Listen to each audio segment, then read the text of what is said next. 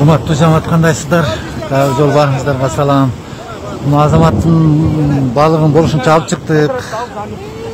Калган айла жок эми, сууга кетти. Анан ушуну туура түшүнүп, жалпы жамаат ушу баазын туура 400 сомдон коюлду. Келип айлыкка, пенсияга, пособияга алсаңыздар болот. Бирок кайра эртең күнү ушуну бериңиздер, эми бул канча деген акчага күйүп атат да бул балачы. Анан эми ушуну туура түшүнүп барыңыздар, алыңыздар келип. Таразага бара бербейсиң. Жуптуп алып келер да.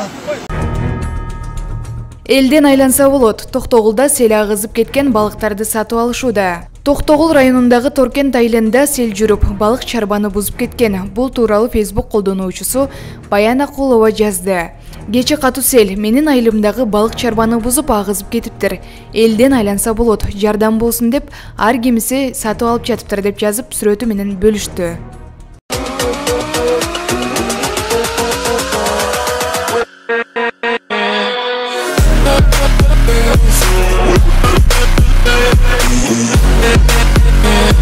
We'll be right back.